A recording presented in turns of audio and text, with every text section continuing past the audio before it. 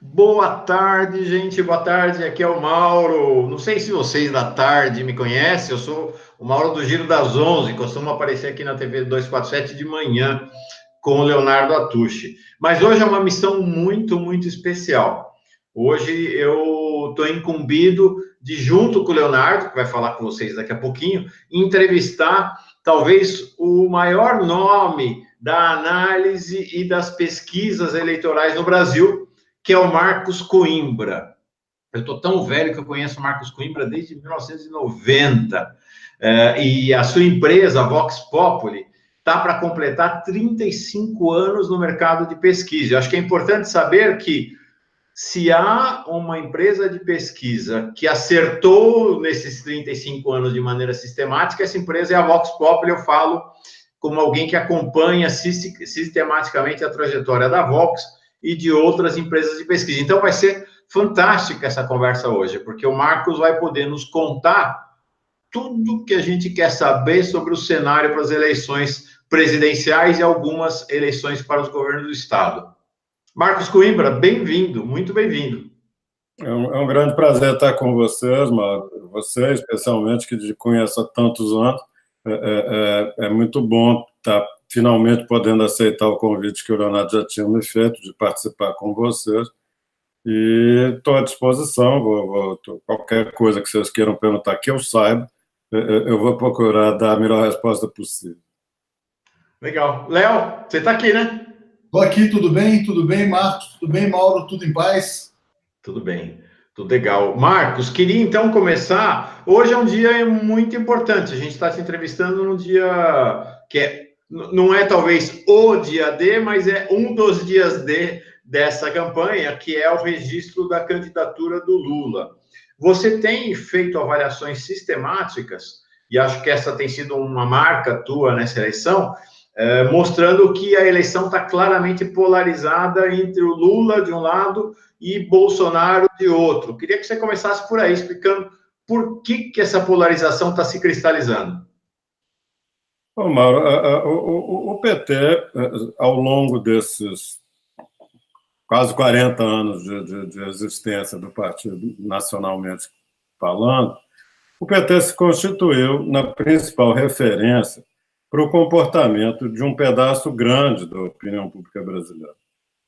Nós temos hoje, pelas pesquisas, uma estimativa de que entre 20% e 30% do eleitorado brasileiro ou se sente petista, ou se diz simpatizante do PT, ou, em comparação com os outros partidos, gosta mais do PT do que de qualquer outro.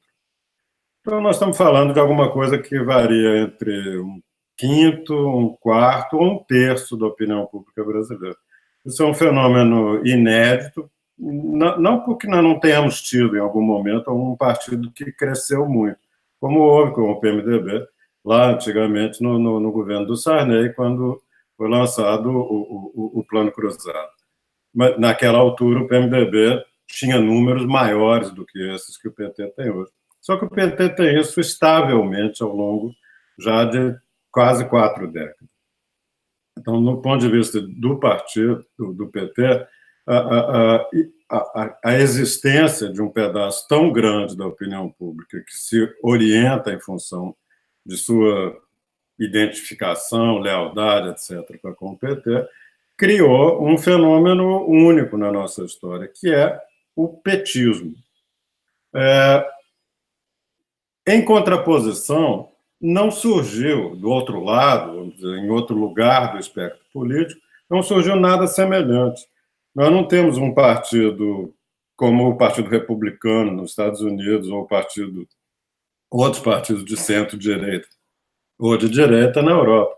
Então, nós temos o PT e a outra coisa que existe no plano das identidades políticas brasileiras é uma coisa que se afirma pela negação. Existem petistas e antipetistas.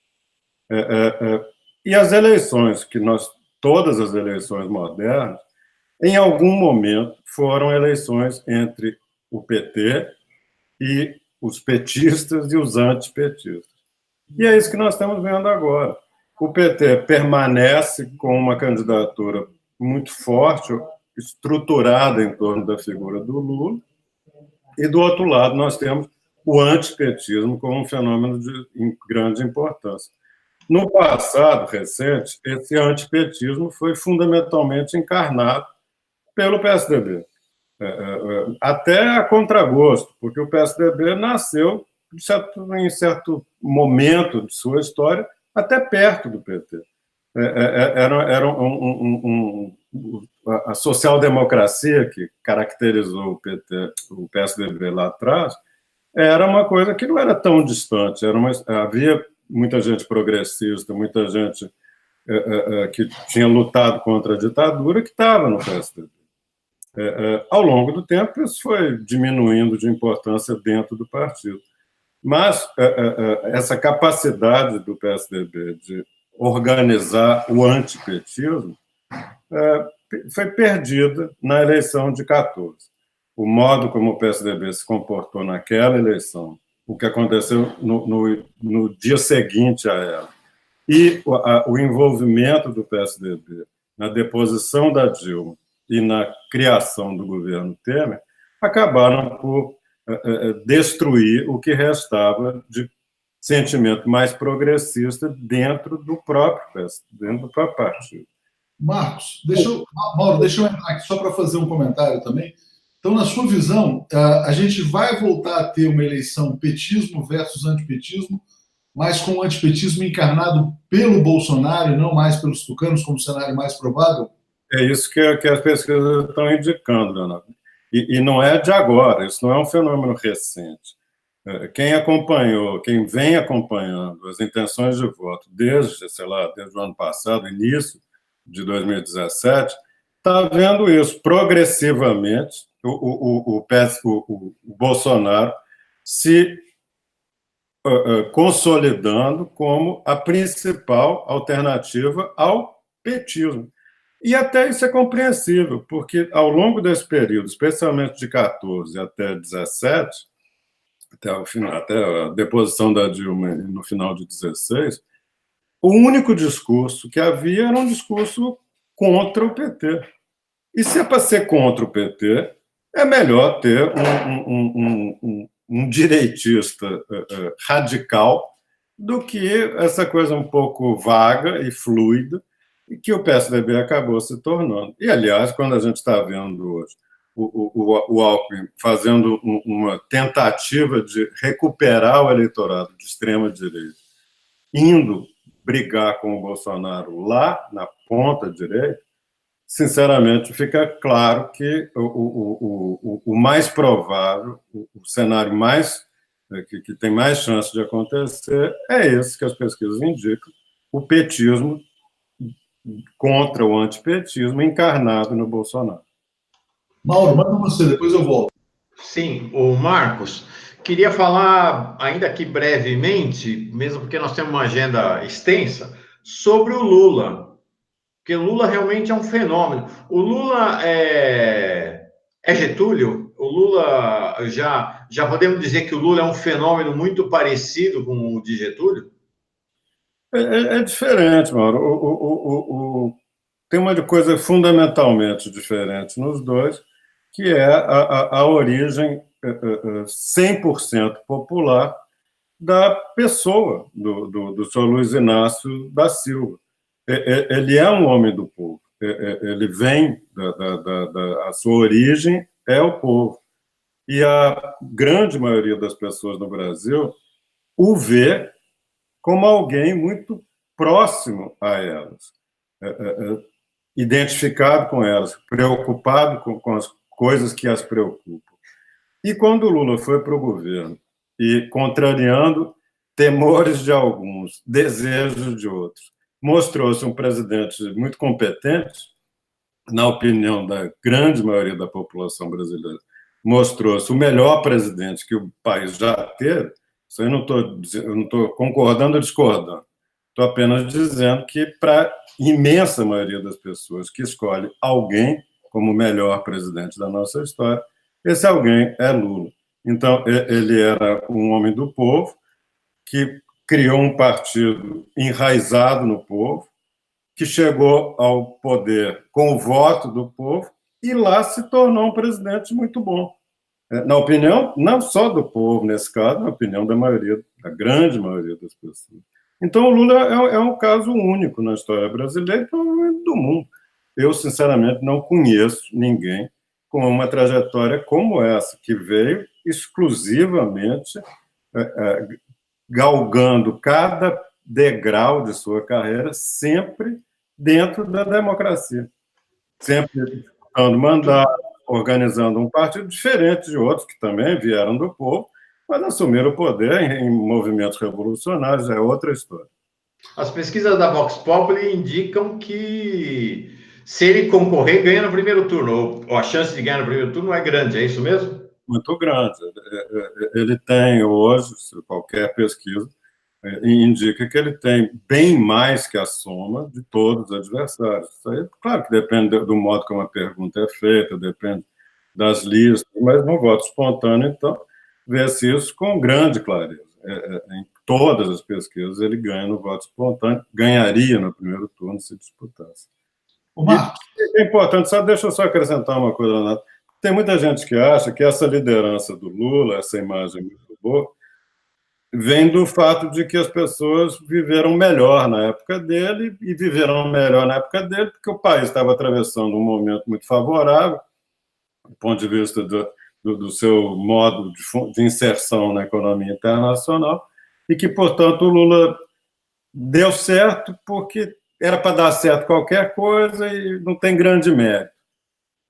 Essa imagem de que as pessoas, que o povo gosta do Lula por razões assim pragmáticas, eu acho que é muito limitada e não cobre a complexidade da imagem que ele tem perante as pessoas. Não é só porque as pessoas viviam melhor quando ele era presidente, é porque as pessoas gostam dele. E gostar de alguém não necessariamente é porque você ganhava melhor naquela época. Assim, eu costumo fazer a diferença entre bolso e coração. Não é o bolso que faz com que as pessoas tenham saudade do Lula. É também o coração, elas gostam dele. Mas, Marcos, eu acho que, na verdade, o Lula consegue combinar as duas coisas. É bolso e coração, porque o Lula é uma figura extremamente gostável, né? E as pessoas também progrediram muito nessa época. A gente vai falar muito do Lula, da estratégia do PT, mas eu não queria perder a questão da direita. Desculpa a gente ficar num vai e vem às vezes. Por quê? Você falou que o cenário mais provável é a disputa com o Bolsonaro, que se consolida como nome da direita. Agora, o Alckmin fechou essa mega aliança, Centrão, todos os partidos que apoiaram aí o golpe, Temer, tal, tudo mais. Inclusive, é uma pergunta que eu trago do Cláudio Mário Leal Passo, se tornou membro aqui, porque agora as pessoas ficam membros do canal também. E ele fala o seguinte: bom, qual que é o peso que você, que participou de tantas eleições, avalia que terá o horário político nessa eleição? Se isso pode ou não fazer a diferença para o Geraldo Alckmin? Depois a gente volta para o Lula, tá, Mauro? Só para a gente pegar essas perguntas do público. Com muito prazer. O horário eleitoral já foi a coisa mais importante na cultura político-eleitoral brasileira. Na eleição de 89, nós estamos falando de um período muito antigo aqui no início da conversa. Em 89, o Collor só se constituiu como uma presença na eleição depois de ter participado de 3 programas eleitorais no primeiro semestre daquele ano. A diferença é que, naquela altura, ele participou de 3 programas partidários, cada um de 1 hora de duração. Então, ele ficou 3 horas no ar, em rede nacional, num período de 40 dias. Isso, qualquer profissional de marketing te diz que, com uma mídia como essa, você lança qualquer coisa e, rapidamente, ela chega no primeiro lugar do que quer que seja. Então, ao longo do tempo, o horário eleitoral foi diminuindo, foi ficando menor, foi ficando ilhado na programação noturna, enquanto a grande maioria das pessoas foi mudando de hábitos. Hoje, um jovem não fica na frente da televisão para acompanhar um programa como o horário eleitoral quase que em nenhuma hipótese, a não ser que ele tenha uma curiosidade um pouco estranha para ver o que está falando ali naquele dia, porque não é essa a mídia principal. Isso que nós estamos fazendo aqui agora é muito mais típico do que é o processo de informação contemporâneo, no dia de hoje. O horário eleitoral é uma coisa velha, é uma coisa que já foi importante, perdeu importância e hoje, sinceramente, eu estou para duvidar. De qualquer maneira, mídia é decisivo num processo eleitoral quando você tem quando você tem um candidato que tem uma boa imagem e é pouco conhecido. Aí, quando ele for mais conhecido, você supõe que aquela boa imagem que ele tem no universo pequeno vai se difundir para um universo, para um conjunto ampliado de pessoas. Vamos dar um exemplo muito claro da eleição de 2010. A Dilma Rousseff era a candidata do Lula. Só que as pessoas não sabiam disso. À medida em que aumentasse a informação de que ela era a candidata do Lula, a suposição é de que ela iria crescer. E foi exatamente o que aconteceu. Então, é um caso de uma informação muito importante para o eleitor, mas uma informação muito restrita. Num caso como esse, propaganda e tamanho de janela na televisão é decisivo. Nesta eleição, uma coisa até certo ponto semelhante existe com a candidatura do PT, caso Lula não seja candidato.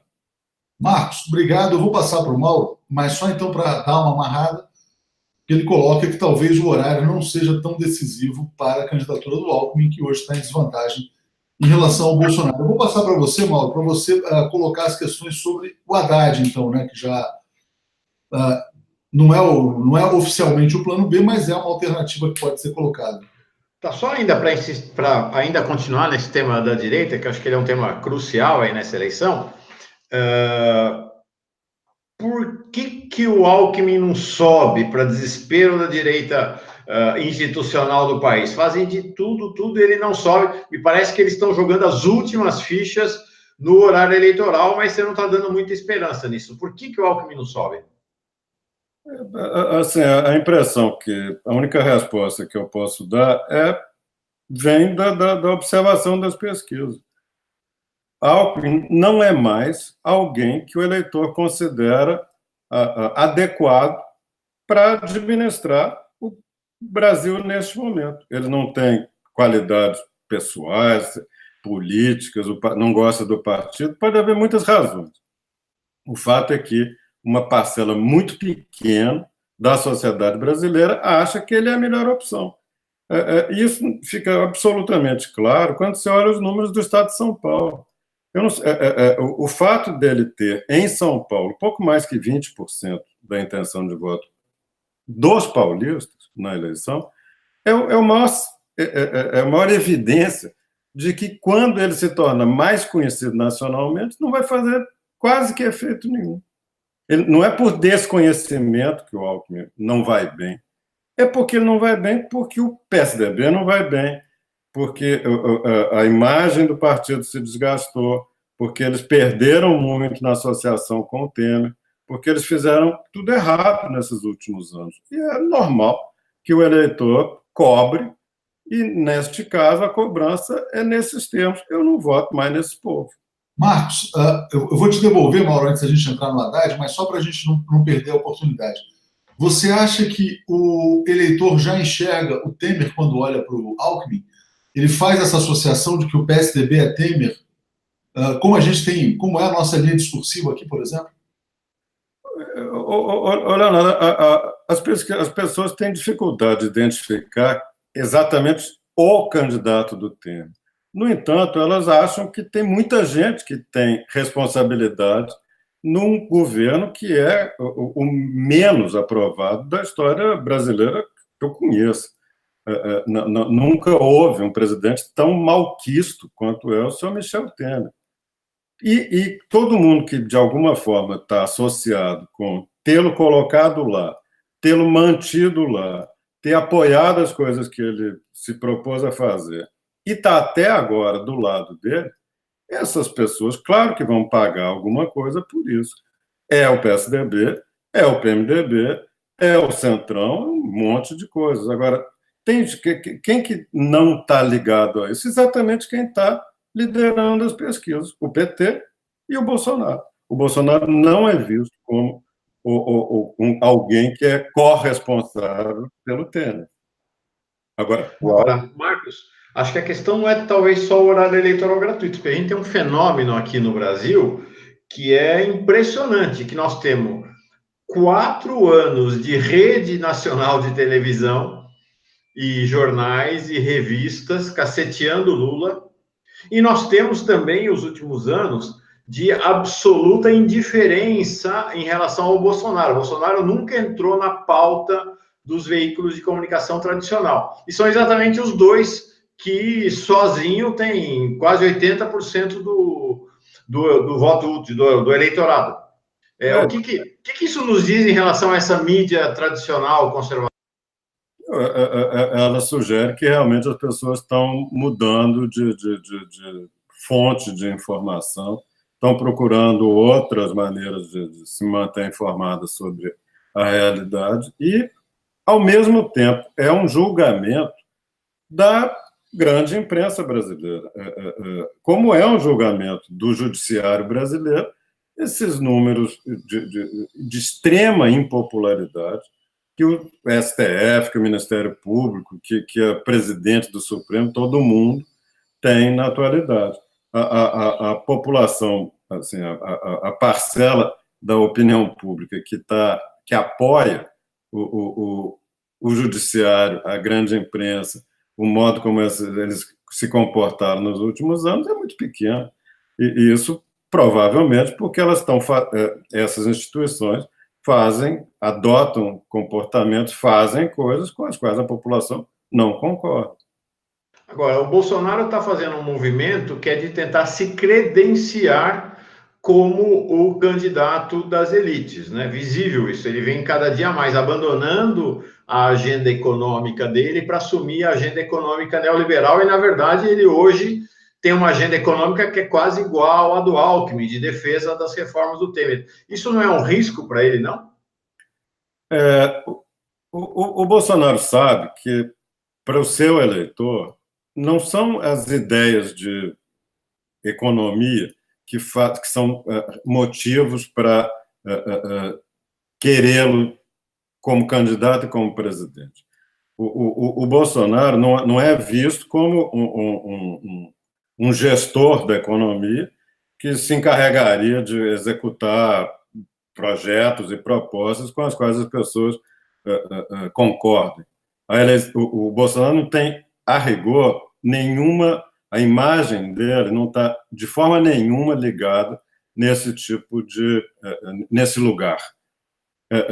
O que o Bolsonaro está fazendo com o discurso dele a respeito de economia hoje é exatamente aquele que o sistema financeiro, que as grandes organizações empresariais e que os grandes empresários querem ouvir. Quer dizer assim, eu não entendo nada de economia, eu vou deixar isso com vocês. Isso foi reforçado ontem com essa coisa dele de juntar toda a área econômica num único ministério, algo que inclusive o Collor havia feito lá em 89, né? Que é um pouco dizendo, eu vou juntar tudo e entregar para alguém da confiança de vocês, não é? Isso é exatamente o que esses personagens mais querem ouvir. Elas não querem saber. Para elas, alguém que diga, eu vou tomar conta do povão e dou economia para vocês, tá bom.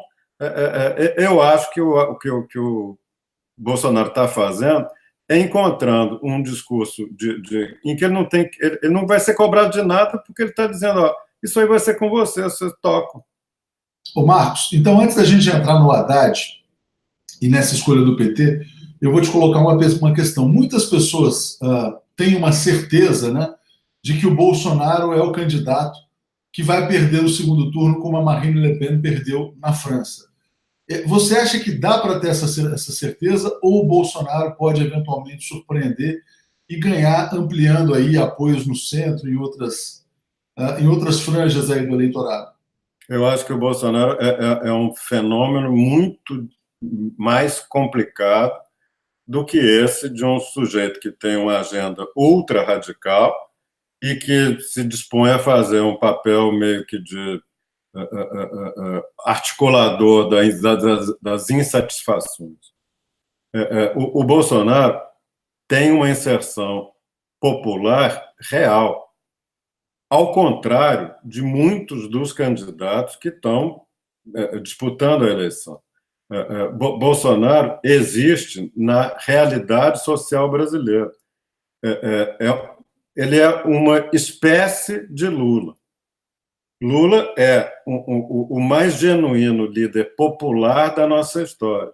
E o Bolsonaro ocupa um outro lugar na sociedade, pretende representar um outro tipo de eleitor, que é o eleitor de baixa classe média, classes médias tradicionais, conservador em termos de costumes, que acha que a vida piorou porque vieram os governos de esquerda, ficaram dando a mão para pobres, para ignorantes, para pessoas que só queriam saber de preguiça e encostar no Bolsa Família.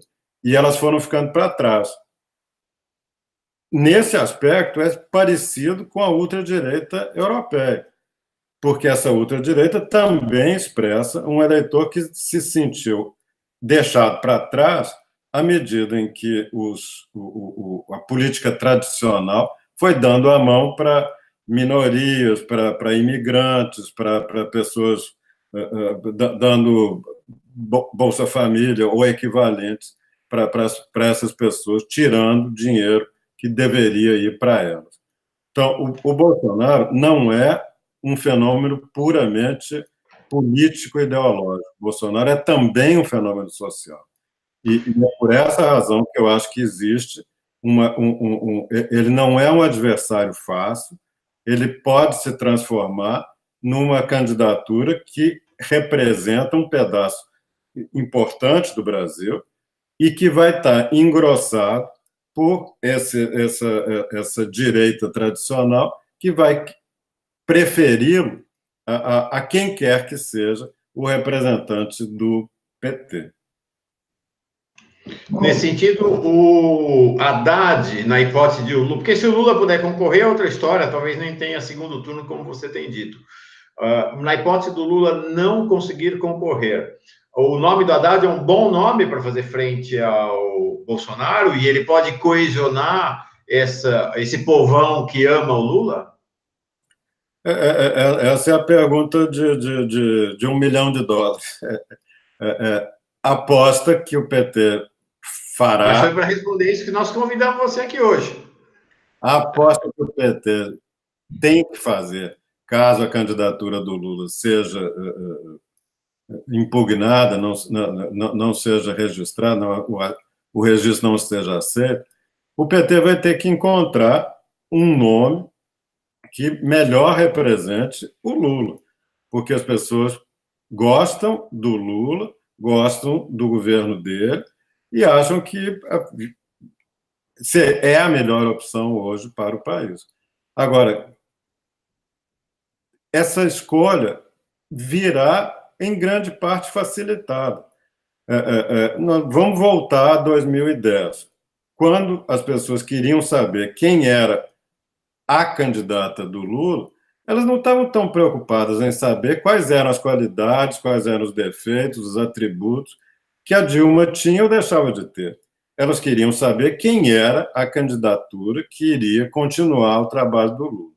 Agora, nós vamos ter uma escolha que não é tão diferente para essa parte do eleitorado. Elas vão ter que encontrar aquele nome, aquela pessoa que consegue, com a indicação do Lula, representar isso que foi para elas, é para elas uma escolha melhor do que as outras que estão na mesa. Eu acho que, se for essa opção, se acontecer isso e a opção for o Haddad, eu acho que ele tem amplas condições de se tornar um candidato muito competitivo no primeiro turno. Eu tenho feito uma coisa que não é muito recomendável em pesquisa, que é especular a respeito de posição, mas eu acho que seria perfeitamente natural que a candidatura do PT passasse para o segundo turno na frente do Bolsonaro.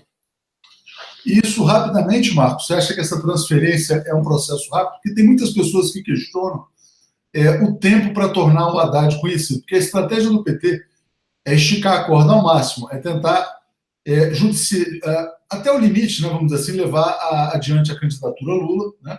Isso pode se estender até meados de setembro. Enquanto isso, o Haddad é um vice que vai estar viajando no Brasil, lendo cartas do Lula, como ele vai fazer hoje. Bom, se a decisão de apontar o Haddad for muito tardia, você acha que a transferência acontece rápido? Aliás, e até um outro ponto, seria melhor estrategicamente iniciar esse processo de transferência já ou deixar lá para frente, quando supostamente haverá uma violência judicial contra o Lula? As violências judiciais, Leonardo, como você sabe melhor do que eu, vem se repetindo com grande frequência, pelo menos desde o início do ano. E em cada uma delas, a imagem de Lula e do PT melhoraram.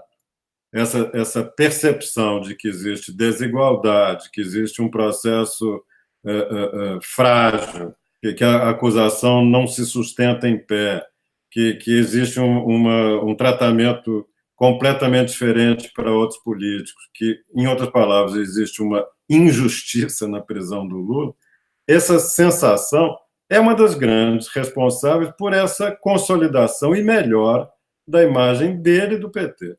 Então, esse horizonte, daqui até meados de setembro, nos próximos 30 dias, de sucessivas novas evidências de tratamento desigual, injusto, equivocado, etc., tudo isso pode continuar a ser benéfico para a imagem dele e do PT. Por extensão, para a imagem de quem será o candidato. Mauro, tem gente até que fala, viu, que o Moro é o maior cabo eleitoral do Lula, viu, que os juízes e o Poder Judiciário têm feito campanha disfarçada para o Lula. Diga você, Mauro. Não, mas ainda nesse tema, porque eu acho que hoje, nas forças democráticas e progressistas, esse é um debate grande, caloroso, às vezes até que gera muita divisão. Você acha, Marcos, que porque o prazo final seria ali, o prazo fatal para manter ou substituir o Lula é 17 de setembro. Então, nós estamos falando aí 20 dias antes das eleições. Você acha que fazer a substituição em 20 de setembro e o Haddad começar a fazer a campanha em 20 de setembro é tempo suficiente para essa transferência? A campanha não será começada em 20 de setembro. A campanha já começou. A campanha é Lula candidato. E se Lula não for candidato, é quem ele indicar. O eleitor que se dispõe a fazer assim não precisa de vários dias para reagir a quem se tornar o candidato Lula. Isso provavelmente não demora mais do que, sei lá, horas, um dia. É apenas com o que 80% da população brasileira hoje mexe com o smartphone. A facilidade, a velocidade. E isso de um lado. Do outro lado, nós estamos falando de pessoas que querem saber. Não é a mesma coisa que você pegar, sei lá, o seu Geraldo Alckmin e tentar torná-lo uma pessoa gostável.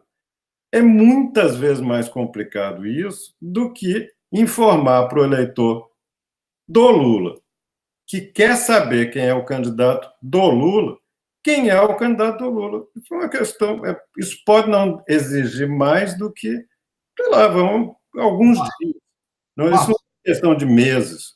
Então, pelo seu cenário, essa transferência ela pode ser muito alta. Por exemplo, se o Lula tem no seu cenário, sua pesquisa, só para informar, na sua pesquisa mais recente, ele tinha 41% dos votos totais. Essa transferência pode ser de quase tudo. O Haddad pode ter, de repente, até a possibilidade de vencer no primeiro turno. Esse cenário você considera? Não.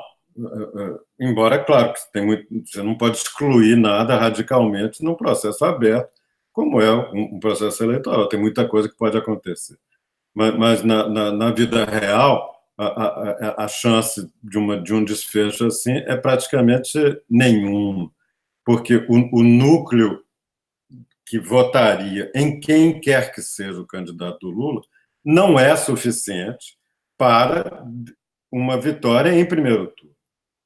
Você tem esse lastro partidário, esses 20 a 25% de voto do PT, do nome que o Lula indicar. Isso não é, isso põe alguém no segundo turno, mas não com o suficiente, mas não é suficiente para uma vitória para 50% do voto válido mais um. Então a chance é muito pequena. O Lula, tudo quanto a pesquisa mostra, põe um candidato no segundo turno, provavelmente na frente. Não é porque não é apenas porque ele é forte, é porque o outro lado está extremamente dividido.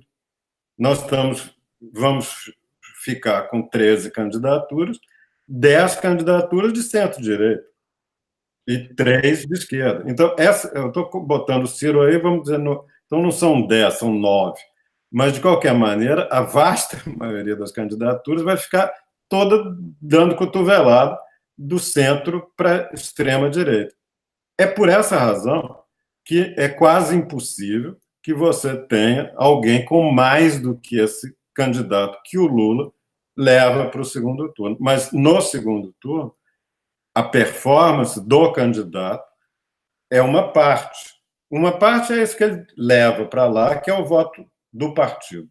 A segunda parte é o voto que esse candidato, vamos dizer que seja o Haddad, vai ter que conquistar com suas próprias qualificações.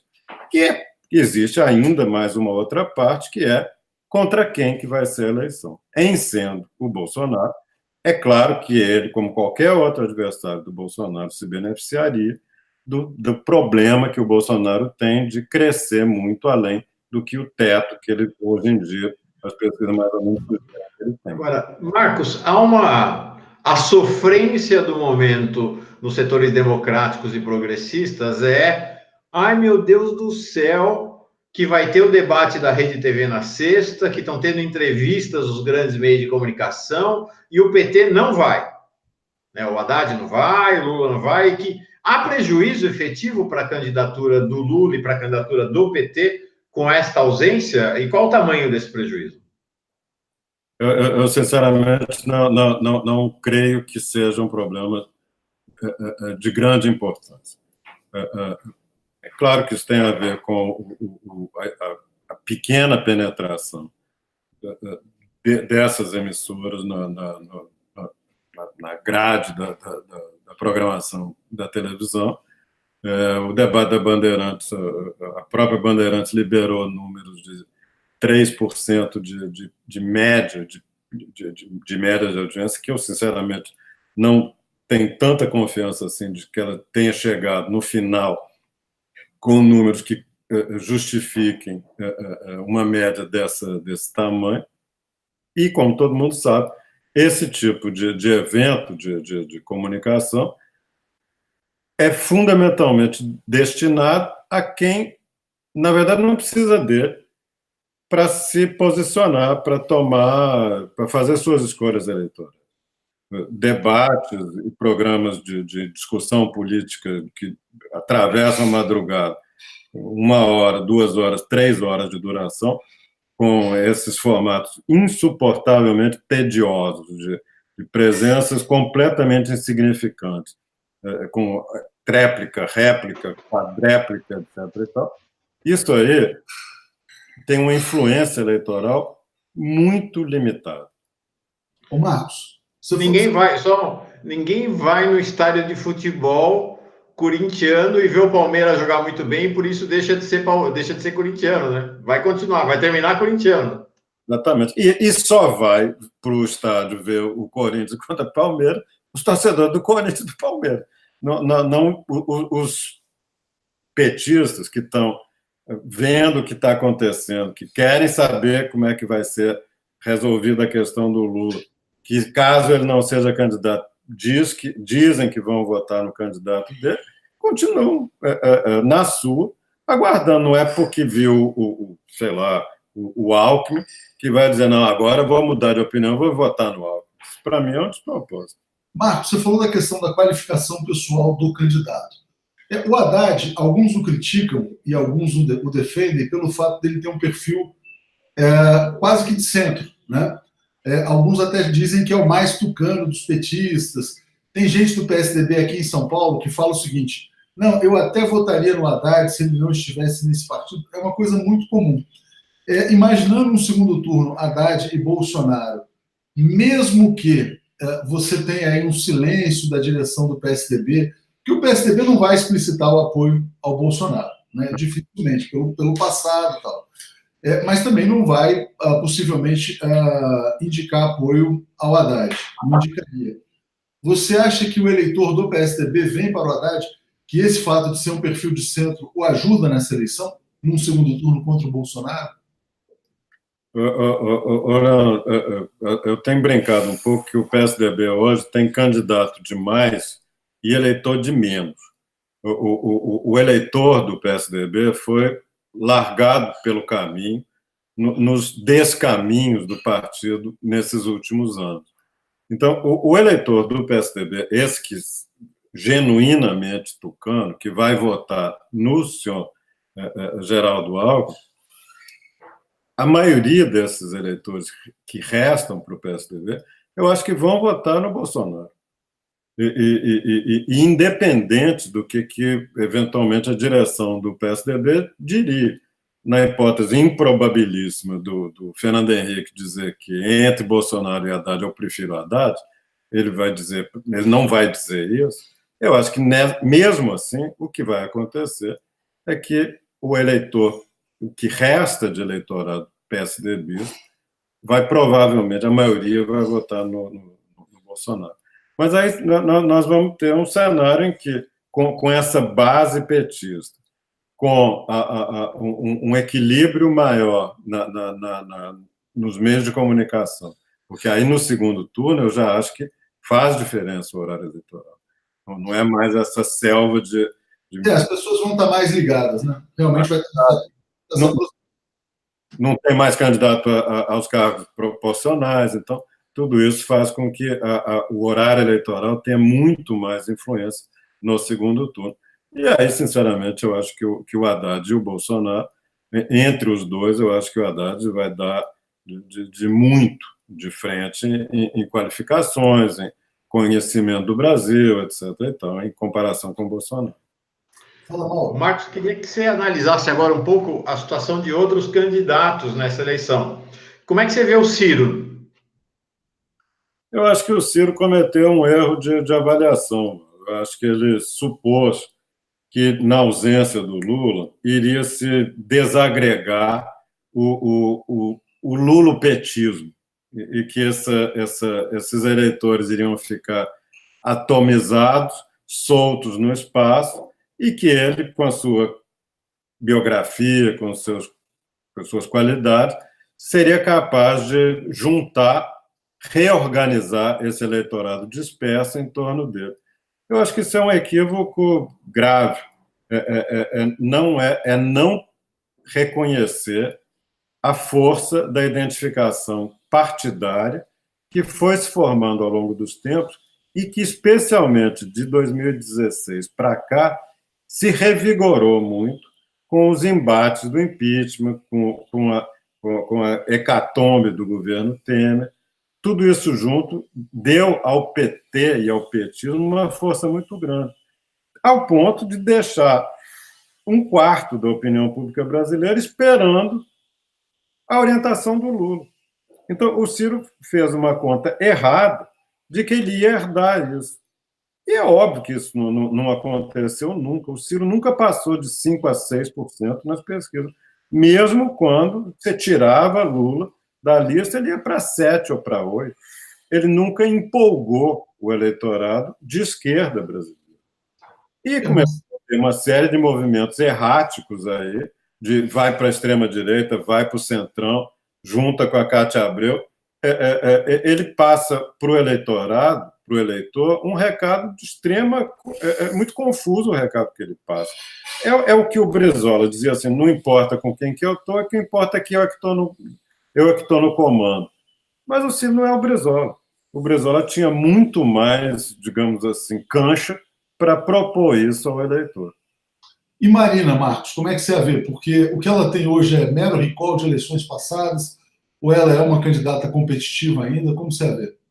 Eu acho que ela está... Quando você faz pesquisa qualitativa, quando você pergunta às pessoas sobre o que ela pensa da Marina, sempre nós vemos um grande respeito a ela, pessoal, uma pessoa de bem, uma pessoa que tem uma trajetória muito elogiável de vida, mas, ao mesmo tempo, alguém que não reúne as qualidades nem políticas, nem administrativas e nem pessoais para liderar um governo num país com a complexidade do Brasil no momento que nós estamos. Então, a Marina é uma pessoa de bem, de quem todo mundo gosta, mas não para ser presidente. Então, e isso eu acho que se acentuou, ela se fragilizou. Eu acho que o modo como ela se comportou em 14 foi muito decepcionante para um pedaço grande do eleitorado dela. Se ela tivesse se mantido em neutralidade no segundo turno, na eleição de 14, teria sido muito melhor para ela, e ela provavelmente teria hoje um discurso muito mais convincente, que era o de que eu era contra um lado e contra o outro. Eu não era nem Dilma e nem Aécio, mas ela escolheu um lado. E um lado que acabou se tornando o pior com a passagem do tempo. Então, eu acho que Ciro, sobre o Alckmin nós já falamos algumas coisas, eu acho que o Alckmin é visivelmente um candidato fora da hora. O PSDB talvez tivesse feito melhor, arriscando mais em alguém que pudesse dizer assim, eu não tenho nada a ver com esse passado desse partido, meu negócio é outro, eu tenho uma outra ideia, eu tenho outros compromissos, outros aliados. Essa insistência num PSDB de 20 anos atrás faz muito mal ao partido e ao próprio Alckmin.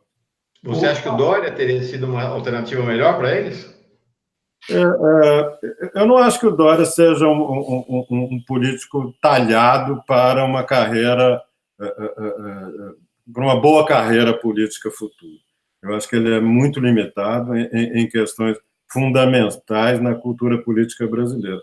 Ele não consegue sinalizar nenhuma espécie de vinculação com a maioria da sociedade, ele não tem um discurso convincente, ele não passa confiança para o eleitor popular, falando do Brasil como um todo. Mas nesta eleição, talvez tivesse sido melhor para o PSDB arriscar mais. Eu não sei se seria Dória, não sei quem que seria, mas eu acho que não era alguém com uma imagem tão antiga quanto a imagem do Alckmin. Então vamos falar de São Paulo? Mauro, deixa eu só colocar uma questão, invertendo um pouco essa questão dos estados, porque você falou, Marcos, que o PSDB fez tudo errado, né, desde que perdeu em 2014. E, vamos dizer assim, o personagem que é visto como quem fez tudo errado é o Aécio. Né? Então, o Aécio colocou o Brasil nessa confusão tremenda, depois foi desmoralizado pelo que aconteceu. No entanto, hoje, o candidato do Aécio está tecnicamente bem colocado nas pesquisas em Minas Gerais. O que você acha que está acontecendo aí em Minas e também se você considera que o Anastasia poderá vencer essa eleição? Ele não é visto como um representante do Aécio? O que está acontecendo no Estado? Eu acho que as duas forças políticas principais da política mineira, que são o PSDB e o PT, estão chegando nesta eleição no pior momento de suas trajetórias desde sempre. O PT está muito enfraquecido, o Fernando Pimentel atravessou um conjunto muito grave de denúncias articuladas contra ele. O governo dele foi severamente limitado pelo modo como foi tratado pelo Temer. especialmente neste ano, quando ele se afastou do PMDB mineiro, o governo do PT em Minas vai mal e o governador atravessou uma série de problemas graves de imagem. Então, o PT está mal. O Anastasia saiu do governo muito bem avaliado, tanto é que ganhou com facilidade a eleição para o Senado. No entanto, por conta, fundamentalmente, desse declínio nacional do PSDB, os problemas do Aécio, etc. e tal, o Anastasia também está num dos seus piores, aliás, no pior momento de sua carreira. O Pimentel e o Aécio juntos, nas pesquisas estimuladas, estão passando um pouco mais de 30%. 50 e tantos por cento do eleitorado mineiro diz: eu não voto em ninguém. Os dois vão ter que usar o que resta de campanha para recuperar eleitores que já foram próximos a ambos. A eleição mineira não se decide, hoje se decide em quem não quer votar em ninguém. E que é uma coisa semelhante com o que acontece no Rio de Janeiro. A eleição do Rio também é largamente... Quem está na frente nas pesquisas no Rio de Janeiro é ninguém. Como em Minas também é ninguém. Isso não são só esses dois estados, mas em ambos o fenômeno é especialmente grave. São Paulo é um pouco assim. Paulo, fala de São Paulo. Não, antes. E a Dilma? A Dilma tem uma eleição, que tudo indica, com muito favoritismo para o Senado, lembrando que para o Senado você não precisa ter 50% mais um. Para o Senado, se você tiver, neste ano, mais um voto do que o terceiro colocado, você ganha. E a Dilma, com o que é o PT, com a sensação de que ela foi, digamos, injustiçada na deposição, isso faz com que ela tenha o suficiente para estar na frente e com uma eleição para o Senado razoavelmente simplificada pelo fato de não haver candidaturas, outras duas candidaturas sólidas em Minas, em grande parte por causa dessa debacle do PSDB mineiro. Então, a Dilma muito provavelmente se elege e o Pimentel tem para usar na campanha o argumento de que o mundo que ele recebeu de Aécio e de Anastasia era um mundo de fantasia, a realidade do Estado, das finanças, das contas públicas, não era aquela fantasia que havia sido vendida, e, do outro lado, tem a força de Lula, do PT, da Dilma, da possibilidade de fazer uma campanha com um conteúdo político-ideológico mais nítido, o que não é tradição na política mineira, mas as tradições também estão aí para ser modificadas. Então, a eleição em Minas está longe de estar decidida. Anastasia e Pimentel, muito provavelmente, vão disputar o segundo turno. Esse acordo nacional com a saída do PSDB é bom para o Fernando, e eu acho que isso pode fazer com que a eleição em Minas fique equilibrada, e no segundo turno aí vamos eles que debatam, e aí os problemas de imagem do Pimentel provavelmente vão ser compensados por problemas de imagem do PSDB mineiro, mesmo que não sejam pessoais do Anastasia. Mauro, deixa eu só... Paulo. Mauro, desculpa. Só passar por uns comentários aqui, ó. O Alexandre Avelar Coelho, abraços à Nação 247. Estamos na torcida pelo registro do Lula. Excelente entrevista. O Leonardo também está aqui no Superchat, né? O Augusto se tornando membro do canal também. É só clicar lá para ser membro do lado do curtir. Passando para você, Mauro, então, para você trazer sua questão sobre São Paulo. Esse cenário de São Paulo, né? O Dória, que saiu como grande favorito na eleição, parece estar derrapando, não para de derrapar. Meu olhar aqui, queria te ouvir, meu olhar é que ele está arriscado a perder essa eleição. Acho que o risco é muito grande. Eu acho que é uma eleição talvez seja mais competitiva. das eleições brasileiras, não porque em Minas é muito competitiva entre Pimentel e Aécio, mas em São Paulo nós temos 3 e talvez até 4 candidatos que, conforme a coisa avance daqui até o dia 7 de outubro, nós ainda podemos ter surpresa. Eu não descarto o crescimento da candidatura de esquerda na eleição para governador de São Paulo, porque esse é um fenômeno nacional e de acordo com o andamento da questão Lula, do modo como essa coisa evoluir no plano nacional, não é impossível que o cenário em São Paulo fique ainda mais embolado do que está hoje. Interessante, Marcos, porque o Lula está em primeiro lugar em São Paulo também, né? O Lula lidera em todos os estados, todas as regiões do Brasil, não? Eu só conheço, eu não tenho resultados em separado para todos os estados do Centro-Oeste, especialmente o Centro-Oeste, onde o Bolsonaro é especialmente forte. Então, eu não sei dizer. Mas nós já fizemos pesquisa no Mato Grosso do Sul, por exemplo, com o Bolsonaro e ele empatados cravados. O que sugere que pode ser que em algum outro estado do Centro-Oeste, especialmente, não seja assim. O Bolsonaro ocupa melhor aquela velha mancha azul do território. Então, ele lidera, tanto em termos geográficos quanto em termos socioeconômicos, exatamente nos lugares e nos segmentos sociais em que o PSDB sempre venceu nas últimas eleições. Eu queria que você trazesse... Marcos, desculpa, Léo. Você vai falar de São Paulo, que eu ia fazer só uma questão sobre o Nordeste.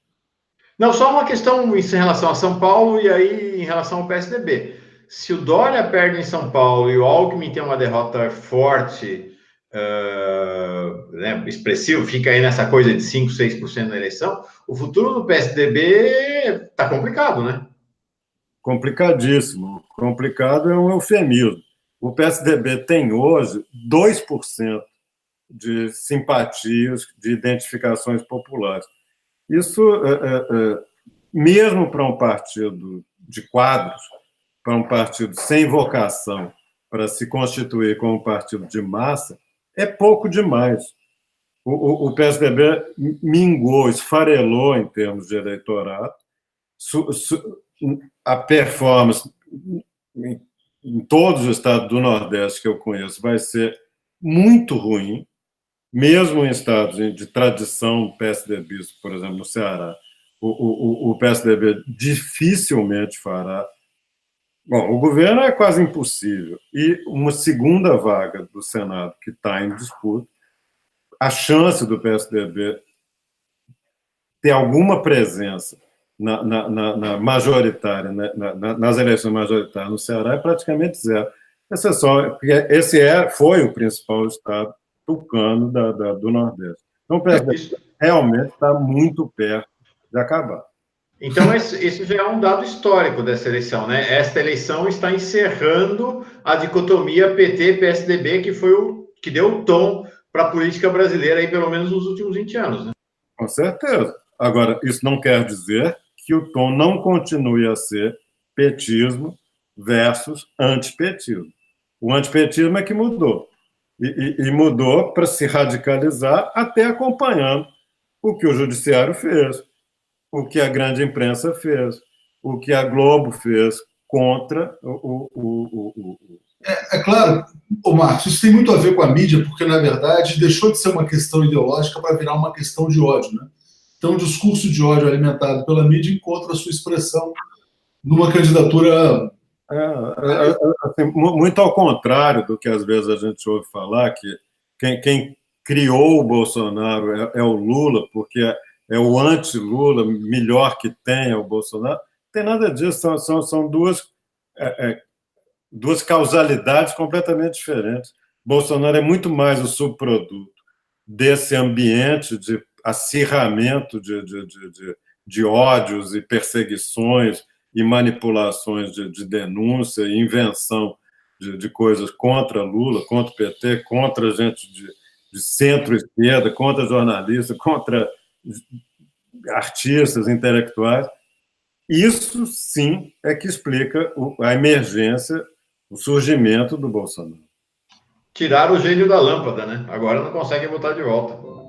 Ô Marcos, eu ia te trazer uma questão sobre o Nordeste, porque o Nordeste, na última eleição, dos 9 estados, você tem, tecnicamente, 8 governados pela esquerda. O único que não é governado pela esquerda é o Rio Grande do Norte, mas que agora tem lá disparado na frente a Fátima Bezerra.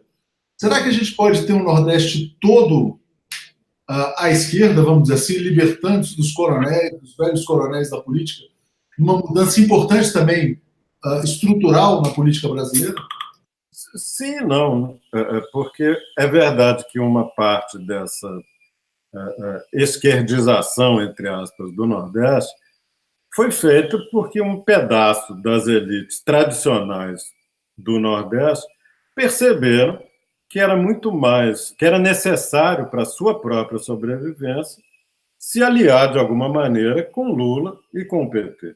Então, em alguns estados da região, deve ganhar o lulopetismo, mas encarnado em partidos e lideranças até tradicionais. Um exemplo muito claro disso é Alagoas.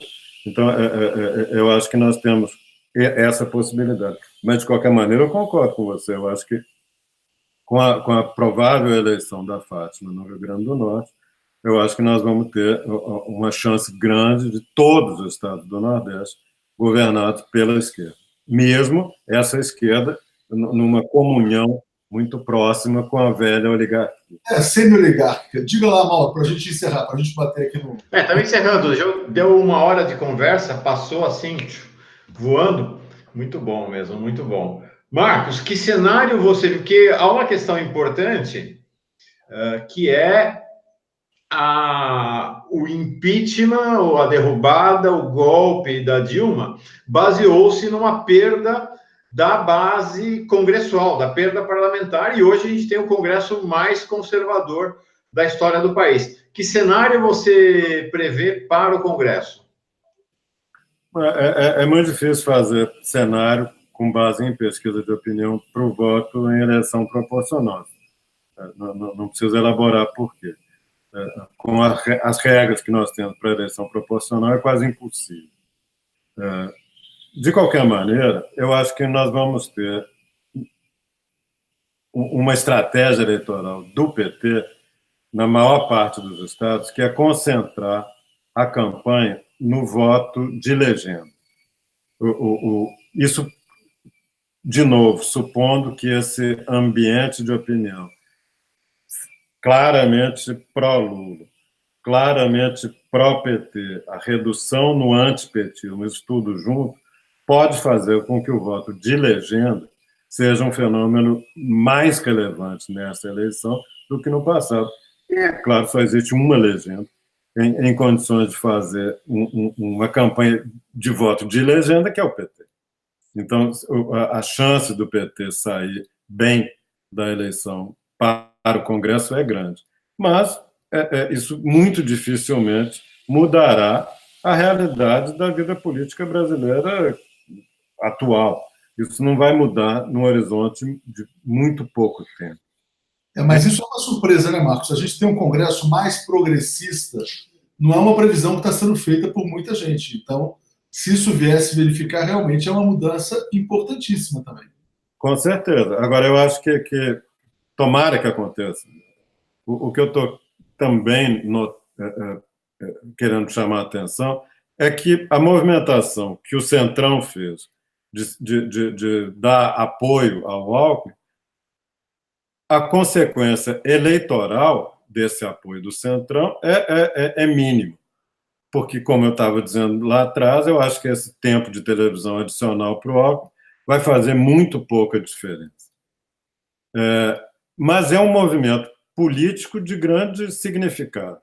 Eu acho que o Valdemar, o Rodrigo Maia, estão dizendo que continuarão a mandar no Congresso na próxima legislatura. Que essa articulação de partidos que eles coordenam e que fazem votar de acordo com suas, assim, as regras lá que estabeleceram, o Centrão voltará a ser uma entidade muito importante no Congresso na próxima legislatura. E esse Centrão mostrou-se unificado, indo dar o apoio ao Alckmin. Eu acho que nós vamos ter um Congresso que possivelmente terá um componente progressista maior, mas ainda será um Congresso em que as negociações serão complicadas pela existência, hoje, de um partido que não vem propriamente da urna, mas que se organiza em torno dessas regras muito criticáveis que nós temos para o funcionamento do legislativo. Eu queria fazer uma pergunta agora que tem pouco a ver, não é destinada propriamente ao pesquisador, porque imagino que não haja pesquisa sobre isso, mas ao analista do cenário político. Com esta configuração que você dá, que é o Brasil dividido entre o petismo de um lado e o antipetismo do outro, com o Lula com essa pujança, essa força toda, e ao mesmo tempo uma crise das instituições. Que olhar você tem para a elite aí, essa elite do judiciário, porque você tem alguém que não faz parte desse jogo e que está resolvendo o jogo, né? O judiciário não joga, não tem candidatura. Mas o PJ, o Partido Judiciário, está resolvendo as regras do jogo e pode, no tapetão, resolver a partida. Como é que você vê o impacto desta opinião pública, que é majoritariamente a favor do Lula, que quer o Lula presidente, o impacto disso sobre essas cabeças coroadas aí que vão decidir o futuro de Lula e da eleição? Eu acho que esse é o grande problema da democracia no Brasil hoje. É porque, ao contrário do que está no livrinho, ao contrário do que é a tradição democrática mundial, nós estamos criando uma terceira instância de decisão para tudo. A eleição depende, o governo depende, o Congresso depende, em última instância, de um conjunto de pessoas que chegou lá de uma forma, em momento algum, tiveram que prestar contas do que fazem e do que acham que devem fazer para ninguém, a não ser para si mesmos. Isso é uma distorção completamente equivocada, é um sintoma de um problema institucional gravíssimo no Brasil, e que esse, sinceramente, eu não sei como resolver. A única forma é, em algum momento, que eu espero que não seja muito distante, repactuar essas questões no Brasil. Divisão de poderes, equilíbrio entre eles, até onde que vai judicialização, até que ponto você pode ter pessoas que ficam 30, 40 anos no Supremo Tribunal Federal, até que ponto que não deve haver eleição para alguns lugares no Judiciário e no Ministério Público, como em vários países do mundo. Enfim, essas questões só se resolverão se houver uma repactuação constitucional, uma nova Constituinte, porque do jeito que está, sinceramente, vai ser muito complicado. Durante um certo período, o presidente eleito agora, ou a presidenta eleita, terá essa força das urnas, mas vai trombar no Congresso com esse bloco que está lá fundamentalmente conservador, e no Judiciário com esses personagens que mandam em si mesmos e que ficam muito felizes de não ter que prestar contas do que fazem para ninguém. Esse é claramente um problema, e os próximos 4 anos, durante os próximos 4 anos, eu espero que nós encaminhemos, nós como país, encaminhemos uma solução para isso, e eu não vejo saída fora de uma nova Constituinte, com um novo pacto constitucional, reorganizando essas coisas. E a proposta do Lula, me parece, né, Leonardo? Não, exatamente. Já era da Dilma, né? A Dilma, muito generosamente, no auge dessa crise, propôs abreviar o seu mandato e chamar uma constituinte. Mas aí o PSDB preferiu jogar o Brasil na calamidade. Né? Mauro, eu queria te pedir para encerrar, que a gente já está com os convidados aqui que vão entrar no estúdio. Queria agradecer muito ao Marcos aí pela aula que ele nos deu aí sobre vários estados, a questão nacional também. Mas te passo aí para fazer o encerramento e passar para o Marcos dar a final. Bom, gente, foi fantástico, né? Vai estar. Quem não assistiu pode avisar o vizinho, a mãe, o pai, os filhos, os sobrinhos, que dá. É só entrar na TV 247 que vai poder ver esse vídeo hoje à noite, amanhã, semana que vem. Acho que realmente essa conversa foi muito, muito esclarecedora, Marcos. Queria te agradecer demais aí por essa hora e 10 minutos que você disponibilizou para nós. Foi um prazer te rever e reconversar com você depois de tantos anos. Obrigado mesmo, viu? Obrigado, Mauro. Obrigado, Leonardo. Foi um grande prazer estar com vocês. E vamos ter outras oportunidades. Vai ser importante trazer de volta aí quando as coisas forem esquentando. É só me ligar. Um abraço. Legal. Valeu. Tchau, gente. Paz e bem.